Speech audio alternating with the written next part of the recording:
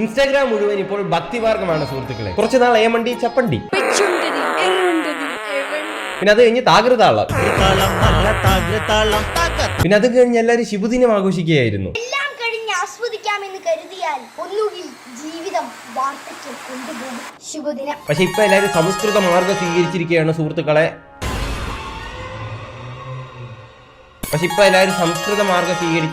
നിരീശ്വരവാദികളൊക്കെ ഇപ്പൊ അമ്പലത്തിന് ചുറ്റും കടന്ന് ഉരുളുക. ഈ പയ്യൻ കൊള്ളാം കേട്ടോ, ഇവന്റെ അക്കൗണ്ട് ഒന്ന് ഫോളോ ചെയ്യുന്നത് നല്ലതായിരിക്കും.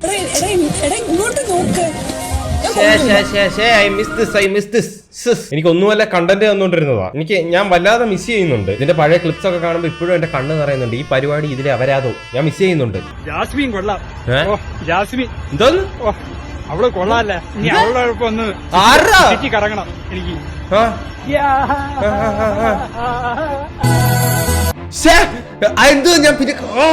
ഏത് ലാബിന്ന് ഈ വിധം ജീവികളുടെ ഉത്ഭവം നടക്കുന്നത്? എന്തായാലും സാധാരണ രീതിയിൽ പെറ്റിടാൻ പറ്റത്തില്ല ഇതുപോലൊരു സാധനത്തിന്. ഇത്തരം ജന്തുക്കൾ ഏറ്റവും കൂടുതൽ ഇപ്പൊ കാണപ്പെടുന്ന തിയേറ്ററുകളിൽ. അതുകൊണ്ട് തിയേറ്ററിൽ പോകാൻ നേരം എല്ലാരും ജാഗ്രത പാലിക്കണം. ഇനി ഷോക്ക് അടിപ്പിച്ചാലും ശരിയാവുമെന്ന് എനിക്ക് തോന്നുന്നില്ല. അതിന്റെ ഒക്കെ സമയം കഴിഞ്ഞു പോയി. ഹായ്, ഞാൻ தான் உங்க கண்டாரோலி கார்த்தி.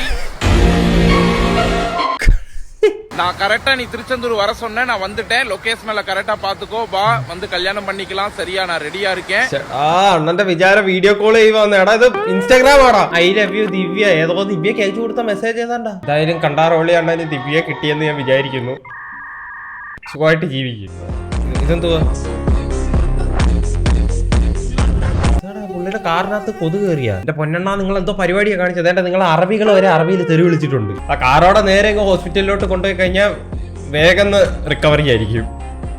ചേടാ ഇത് കഴിയുന്നില്ലല്ലോ. എന്തായാലും കണ്ടാറോളി കാർത്തിയെക്കാട്ടി കൊള്ളാം. പെട്ടെന്ന് ഒരു ഇൻട്രസ്റ്റിംഗ് ആയിട്ടുള്ള ഒരു കാര്യം ഞാൻ നിങ്ങൾക്ക് പറഞ്ഞുതരാം. നമ്മളെപ്പോഴും കുറെ ബോറിംഗ് സ്റ്റിക്കേഴ്സ് ആയിരിക്കും ചാറ്റ് ചെയ്യാൻ നേരം അയച്ചുകൊണ്ടിരിക്കുന്നത്. പക്ഷെ ബബിൾ കീബോർഡ് വെച്ച് നിങ്ങൾക്ക് ഇൻട്രസ്റ്റിംഗ് 3D സ്റ്റിക്കേഴ്സ് ഒക്കെ അയച്ചു കൊടുക്കാം. 3D and animated. അതിന്റെ കൂട്ടത്തിൽ തന്നെ ഇത് കളർഫുൾ ടെക്സ്റ്റ് സ്റ്റിക്കേഴ്സും അവൈലബിൾ ആണ്. നമുക്ക് ഇമോഷൻസ് ഒന്നും നമ്മുടെ ടെക്സ്റ്റിൽ കൂടെ നമുക്ക് ഇമോട്ട് ചെയ്യാൻ പറ്റത്തില്ല. പക്ഷെ ഒന്ന് ആലോചിച്ച് നോക്കിയാൽ നമ്മുടെ ടെക്സ്റ്റ് കളേഴ്സ് ഉണ്ടല്ലോ. പിന്നെ മീംസ് ആണ്. മീംസ് നമ്മുടെ ജീവിതത്തിൽ ഒഴിച്ചുകൂടാൻ പറ്റാത്ത ഒരു സംഭവമാണ്. ഈ ബബിൾ കീബോർഡ് ബെസ്റ്റ് ആവുന്നതിന്റെ കാരണം ഇത് നമുക്ക് കൂൾ മീംസ് സെൻഡ് ചെയ്യാൻ പറ്റും. നെക്സ്റ്റ് സൂപ്പർ കൂൾ ഫീച്ചർ എന്തോന്ന് പറഞ്ഞാൽ ബബിൾ ഹെഡ് ആണ്. നമ്മുടെ തന്നെ ഫേസ് വെച്ച് നമുക്ക് സ്റ്റിക്കേഴ്സ് ക്രിയേറ്റ് ചെയ്യാം. നമ്മളെ വെച്ച് ബബിൾ ഹെഡ് ക്രിയേറ്റ് ചെയ്ത് നമ്മുടെ സ്റ്റിക്കർ ഉണ്ടാക്കി നമുക്ക് അയക്കാം. ഫോൺസ്, ജോക്സ്, ഷയറീസ്, തീംസ്, ഈ പറഞ്ഞ 4 കാര്യങ്ങൾ നിങ്ങൾക്ക് ഡിഫറെന്റ് ടൈപ്സ് കിട്ടും. Story of the day feature നിങ്ങൾ യൂസ് ചെയ്ത് കഴിഞ്ഞാൽ നിങ്ങൾക്ക് ആ ദിവസത്തെ ഏറ്റവും നല്ല സ്റ്റോറീസ് അതിനകത്ത് കിട്ടും. എല്ലാ ഒക്കേഷനെ സംബന്ധിച്ചുള്ള സ്റ്റോറി ആയിരിക്കും. എല്ലാ ദിവസവും അത് അപ്ഡേറ്റ് ആയിക്കൊണ്ടിരിക്കും. So what are you waiting for? Link is in the description. നിങ്ങൾക്ക് വേണ്ടവർക്ക് എല്ലാ ബബിൾ കീബോർഡ് പോയി ഡൗൺലോഡ് ചെയ്യാം.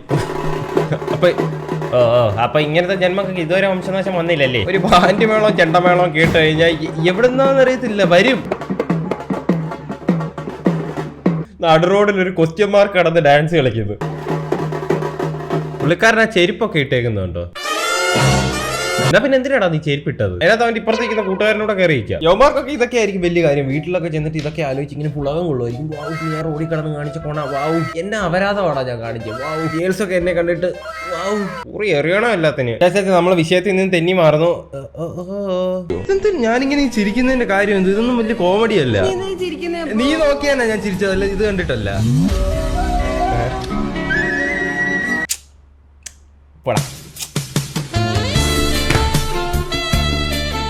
ഷൊട്ടകളെ ഞാൻ അങ്ങനല്ല അതിനകത്ത് പറഞ്ഞ്. നമുക്ക് എല്ലാവർക്കും നമ്മുടെ മുഖത്തോട്ട് ഇങ്ങനെ നോക്കിയിരുന്ന ചിരി വരത്തില്ലയോ? അതായിരുന്നു ഞാൻ ഇതിനകത്തോട്ട് പറഞ്ഞത്. അപ്പോഴേ റൊമാൻറ്റിക് ആയി.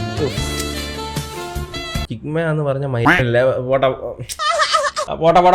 നമ്മളെ വിഷയത്തിൽ നിന്ന് തെന്നി മാറുന്നത്. നമ്മള് ഭക്തിമാർഗമാണ് വലുത്. ആ പാട്ടിനകത്താണ് എഫക്റ്റുകളല്ല ഇരിക്കുന്നത്. കൊച്ച ഇങ്ങനെ പാടാതെ വേറൊന്നുമല്ല, എനിക്ക് കോപ്പിറൈറ്റ് കിട്ടി. ഈ ഒരു ട്രെൻഡ് കാരണം കേരളത്തിലെ കുറെ ആൺപിള്ളേർ അമ്മമാർക്ക് ഭയങ്കര സന്തോഷമായെന്ന് പറഞ്ഞു. അവരുടെ മോൻ ഭക്തിമാർഗത്തിലായി, അമ്പലത്തിൽ പോകുന്നു, 24 മണിക്കൂറും ഭക്തിഗാനം. വാവ്, എന്തോരം ഭക്തന്മാരാ നോക്കിയേ ആ കമന്റ് സെക്ഷനിൽ വിളയാടുന്നത്. ഹൈ ദൈവം പ്രീതിപ്പെട്ടിരിക്കുന്നു. മലയാളികൾ ഇവിടെ ഒത്തുകൂടുക. എന്തുകൊണ്ടായാലും അവിടെ ഒത്തുകൂടിക്കോളുമല്ലോ. ഒരു കാരണവും വേണ്ട, ഒത്തുകൂടിക്കോളും. ജാതി ഭേദമന്യേ എല്ലാ മലയാളികളും ആ കമന്റ് സെക്ഷനിൽ ഒത്തുകൂടുന്നു.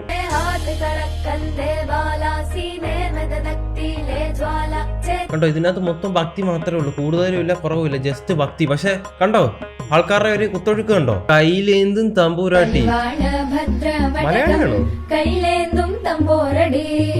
അതാണ്ട കൊടുങ്ങല്ലൂരമ്മയൊക്കെ കമന്റ് ഇട്ടേക്കുന്നു. എന്തായാലും എനിക്ക് സന്തോഷമുണ്ട്, എന്റെ കണ്ണ് നിറയുന്നു. അസ്തറ്റിസത്തിന് വിട പറഞ്ഞുകൊണ്ട് നമ്മുടെ യൂത്ത് സംസ്കാരത്തിന് പുറകെ പോവുകയാണ് സുഹൃത്തുക്കളെ. ഇതിനകത്ത് മലയാളം ഞാൻ എങ്ങനെ കണ്ടു? അതാ ഉണരൂ.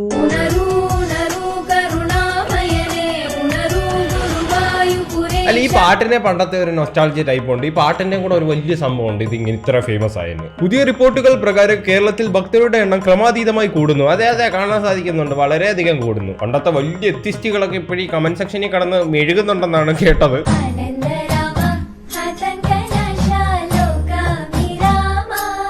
ഞാൻ ചുമ്മാ വെറുതെ വീഡിയോ ഇറങ്ങി എന്റെ പുറകിനൊന്നും പറയുമല്ല. ഞാൻ സത്യം പറഞ്ഞ വെറുതെ ഇരുന്ന് വൈബടിക്കുന്ന പാട്ട് ഇതൊക്കെയാ. സത്യം ഞാൻ ചുമ്മാ പറയുമല്ല. ഈ വീഡിയോക്ക് മുന്നേ ഞാൻ ഇങ്ങനെ തന്നെ, അല്ലാതെ ഇത് ഇറങ്ങി കഴിഞ്ഞൊന്നുമല്ല. സത്യം.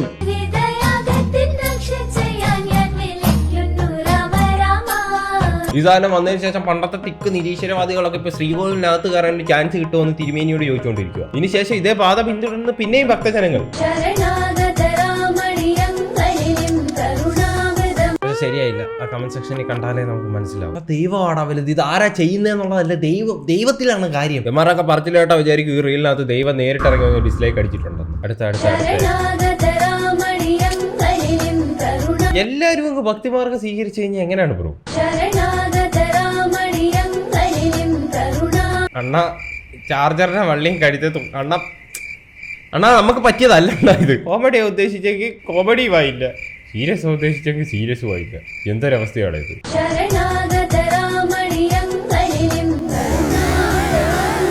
വേഗം അമ്മ വരുന്നതിന് മുമ്പ് വേഗം തീർക്ക്, അല്ലെങ്കിൽ അമ്മ ചന്തിക്ക് ഞുള്ളു തരും.